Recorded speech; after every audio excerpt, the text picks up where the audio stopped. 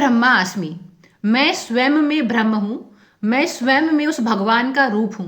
अगर मैं अपने सेंटर से ऑपरेट हो रही हूं तो, लेकिन अगर मैं अपने आप से कनेक्टेड नहीं हूं और अपने उस खालीपन को पूरा करने के लिए पूरा करने के लिए मैं दूसरों के पास जाकर वैलिडेशन अटेंशन मांग रही हूं, मैं उनके तलवे चाट रही हूं कि आप मुझे साथ दो, मैं साइलेंटली ये एक्सपेक्ट कर रही हूं कि मैं सब लोगों का साथ लेकर चलूंगी, तो इट्स मीन आपने अपने ही एग्जिस्टेंस को डिनायल मोड में रख दिया है।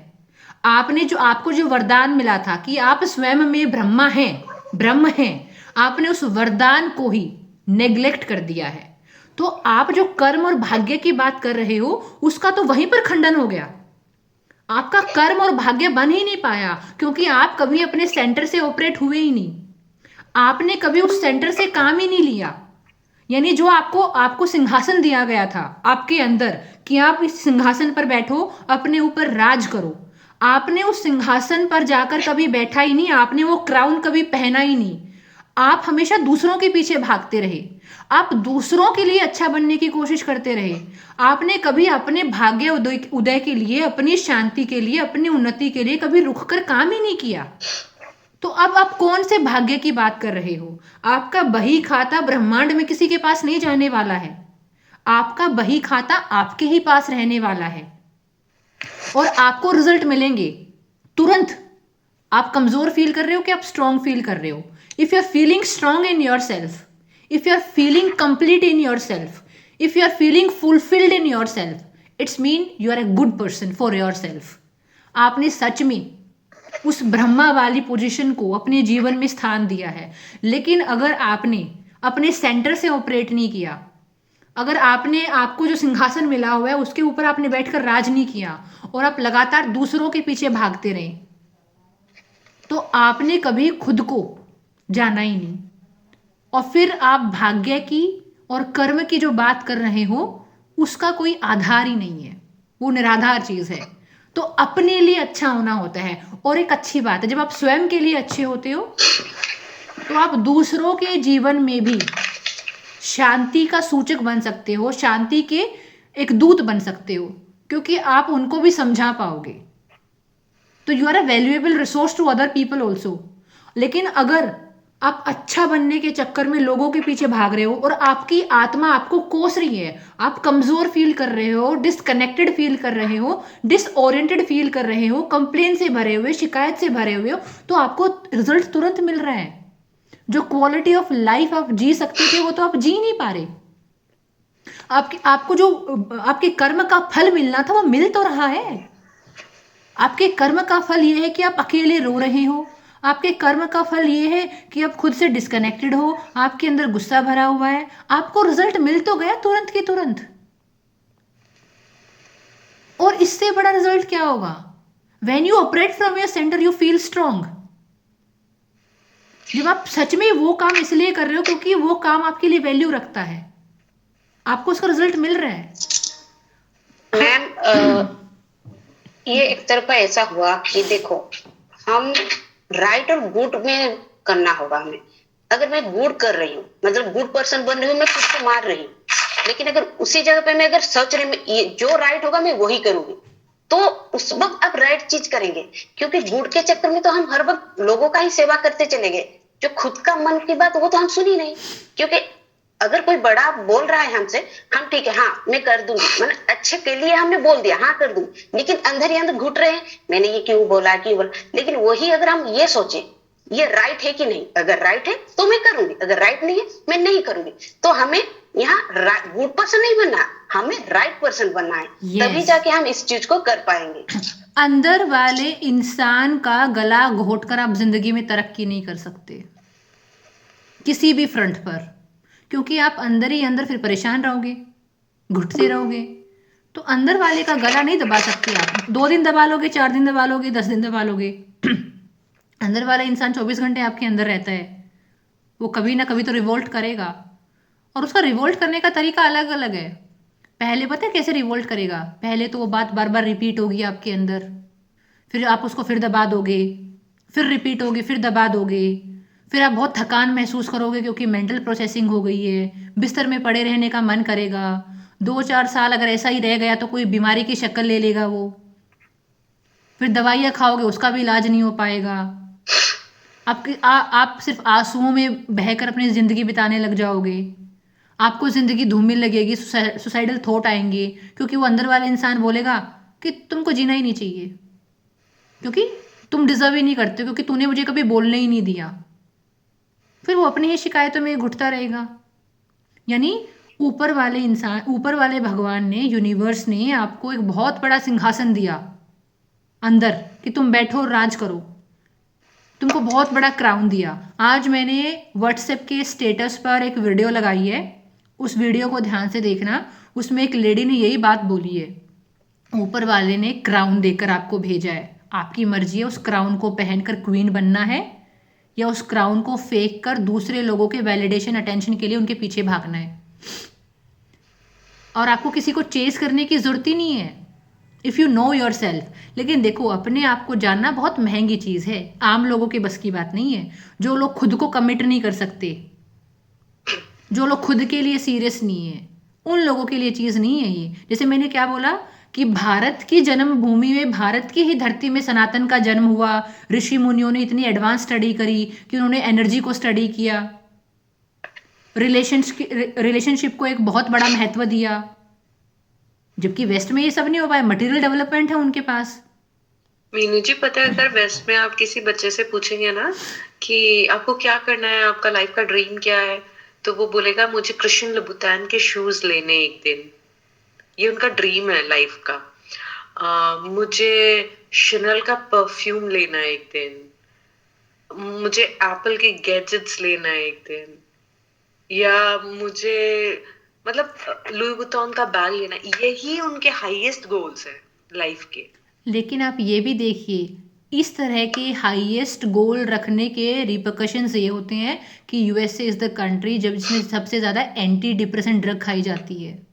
वहाँ पर डिप्रेशन के केसेस सबसे ज़्यादा हैं, वहाँ पर लोनलीनेस सबसे ज़्यादा हावी है। जापान में तो ये केसेस हैं कि जापान में आप एक इंसान को किराए पे ले सकते हो एक दिन के लिए। वो इंसान एक दिन आपके साथ रहेगा, शॉपिंग करने जाएगा, आपके साथ खाना खाएगा। That kind of a loneliness. Material है, बट मटीरियल आपको एनर्जी नहीं दे सकता ना।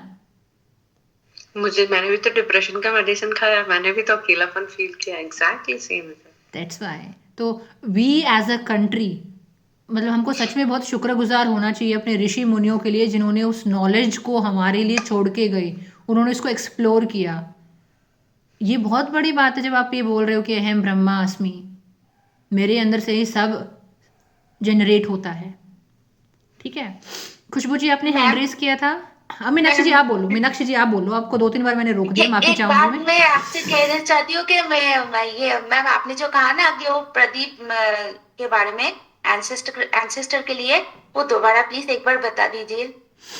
अच्छा, एंसेस्टर्स के लिए मैंने वो बोला कि अगर आपको एक गाइडेंस चाहिए, अगर आप उस एनर्जी के साथ कनेक्ट होना चाहते हैं, तो आप बहुत पोलाइटली शाम में एक दीपक जला सकते हैं और एक पोलाइटली एक रिक्वेस्ट कर सकते हैं कि माय डियर एंसेस्टर्स, आप मेरे को प्लीज़ लाइफ में गाइड करो और मुझे आपका सपोर्ट चाहिए, मुझे अकेले नहीं चलना है।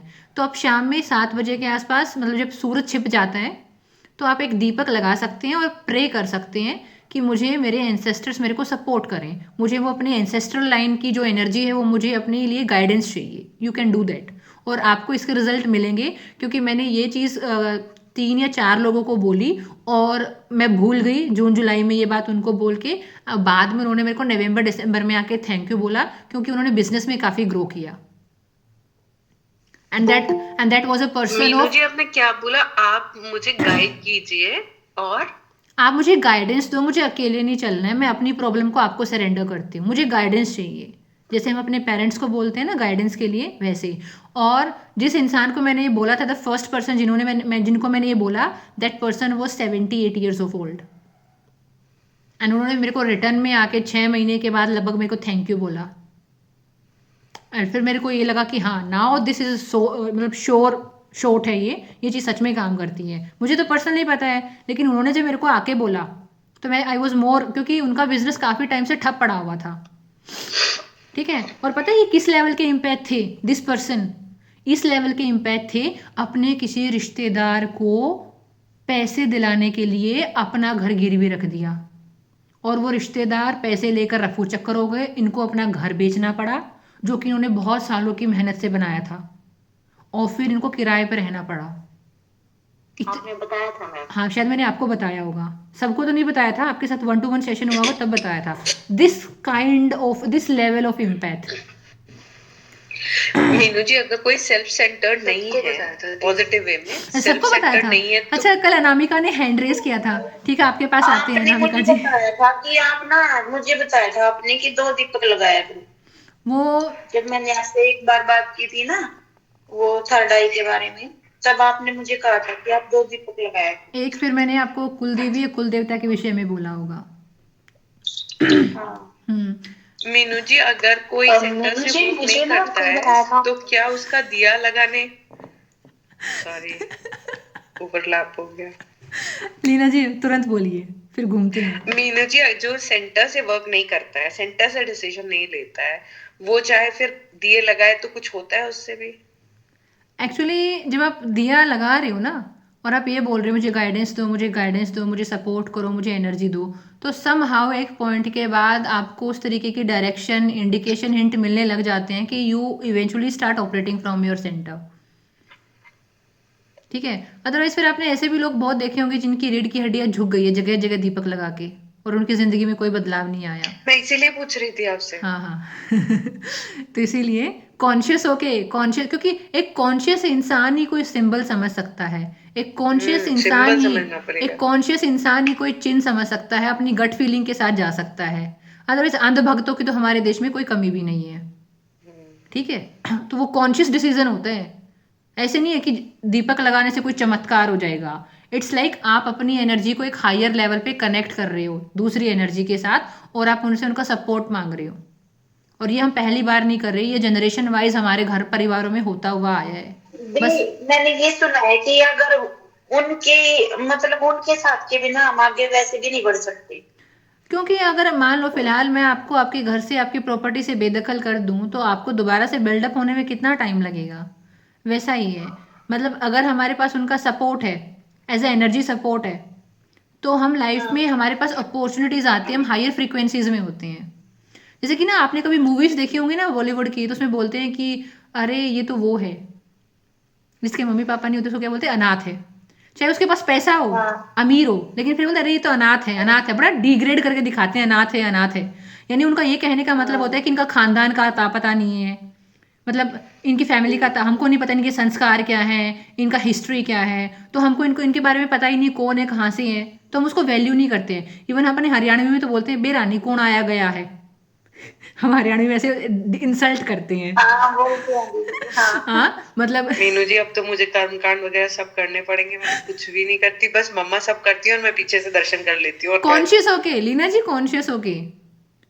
हाँ, तो मुझे समझ में आ गया ना, मुझे उन सबकी गाइडेंस चाहिए, पावर चाहिए, एनर्जी हाँ चाहिए। हाँ, लेकिन मैं कॉन्शियस तो होके, अंधे इंसान के लिए उन्हें नहीं है वो। इग्नोर कर रही हूँ, वो उन्होंने मुझे इग्नोर कर दिया लगता है। हो यहाँ सकता तक तो है। आ गई, लेकिन कितना एनर्जी मतलब नहीं, ये वीक होता है फील कर रही हूँ, एनर्जी, होता है, तो ये करना होता पड़ेगा है। अब तो हम मैं। इग्नोर चुप करते हैं ना स्पिरिचुअलिटी को, वो हमें इग्नोर कर देते हैं।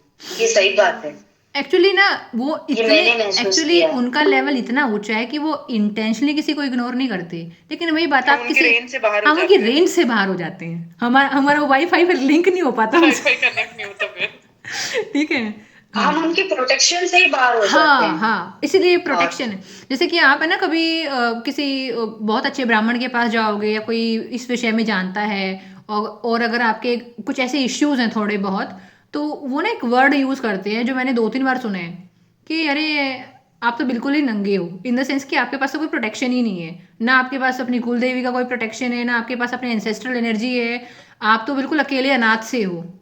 ठीक है। तो पता है क्या है, वो जब ये कहते हैं ना अकेले अनाथ से हो, उनका कहने का मतलब ये है कि आप लो फ्रीक्वेंसीज में हो और उसी तरह की चीज़ें अट्रैक्ट करोगे। लेकिन अगर आप अपनी फ्रीक्वेंसीज को रेज कर लेते हो, पहले वाले राजा महाराजा लोग कितने यज्ञ और हवन करवाया करते थे टू इनहेंस देयर एनर्जी। तो दीज आर, लेकिन अब मेरे को समझ में आया है ये आप आम इंसान को नहीं समझा सकते। जो ईगोइस्टिक इंसान ना, आम इंसान, कि साइंस ये कहती है कहाँ है भूत, कहाँ है भगवान, हमको दिखाओ, ये उनके लिए चीज नहीं है। ये बहुत सूक्ष्म बात है, बहुत माइक्रो लेवल की बात है, और ये उन्हीं लोगों को समझ में आ सकती है, और वही लोग इम्ब्रेस कर सकते हैं जो अपनी एनर्जी को लेकर बहुत कॉन्शियस हैं, जिनको सच में समझ में आता है कि माइक्रो लेवल की चीजें भी आपके जीवन पे मैक्रो लेवल के रिजल्ट लेकर आ सकती हैं। ये ऊंचे लोगों की बातें हैं। अदरवाइज हमारे देश के प्रधानमंत्री बेवकूफ नहीं है, या हमारे देश में हमारी जो पूरी सभ्यता है वो बेवकूफ नहीं है कि कोई बढ़िया काम शुरू होता है तो हम उस पूजा पाठ कराते हैं, या कुछ अच्छा होता है तो हम 4 तरीके की चीजें करते हैं। हमारे देश में इतने शक्तिपीठ हैं, लोग दर्शन करने जाते हैं, पूजा आरती होती है। हम बेवकूफ नहीं है भाई, ठीक है। लेकिन हाँ, अगर आपने खुद को नहीं जाना, आप भिखमंगे बने रहें, तो फिर आप कितनी भी जोत लगा लो, कितनी भी आप पूजा आरती कर लो, वो आपकी लाइफ में वैल्यू ऐड कर ही नहीं पाएंगी। शायद फॉर्मूला ये है कि आप खुद से कनेक्ट हो। तो अभी तक अगर मैंने नहीं किया तो कोई प्रॉब्लम नहीं, क्योंकि वो वैसे भी वैल्यू ऐड नहीं कर पाती। क्या बात तो I think oh my God पकड़ लिया मैंने कुछ। I love this curiosity. हाँ, शायद परफेक्ट फॉर्मूला ये है कि पहले खुद से कनेक्ट हो, खुद को ये बोलो अहम ब्रह्मास्मि, फिर अपनी पावर को और स्ट्रांग बनाने के लिए जो आपके पास एसेट्स है उनकी हेल्प लो, चाहे वो फिर आपकी एंसेस्ट्रल एनर्जी हो, चाहे कुल देवी देवता हो, या कोई और एनर्जी हो जो हायर फ्रीक्वेंसीज में है। लेकिन पहला फर्स्ट स्टेप ये होता है कि पहले आपको अपने आप में खुद को रिकग्नाइज करना होता है। इट्स लाइक 80% आप, 20% उनका सपोर्ट, ठीक है। 80% आप हो, 20% वो है। मीनू जी, मुझे कुछ अलग सा ही एक्सपीरियंस हुआ है कि मुझे लगा है कि उस चीज ने मुझे करीब ले आया। मैं पहले सेंटर से नहीं थी। Explain explain explain. मुझे लगा उनकी शक्ति ने मुझे ले आया। ये मतलब मेरा पर्सनल एक्सपीरियंस रहा। तो आप इसको थोड़ा एक्सप्लेन तो करो, हमारे कान वेट कर रहे हैं, वेट करते हुए कान दिखाई नहीं दे रहे आपको? नहीं, मुझे लगा कि ऐसे टाइम पे मैं करती थी, मैं पूजा पाठ बीच में कुछ साल में कुछ नहीं की थी, ठीक है। लेकिन एक बार फिर चीजें ऐसी हो गई थी और मैं मंदिर में गई और आई एक्सपीरियंस समथिंग, मुझे पता नहीं, बहुत पर्सनल है मेरा उनके साथ। तो मैं जो एक्सपीरियंस की और उसके बाद मैंने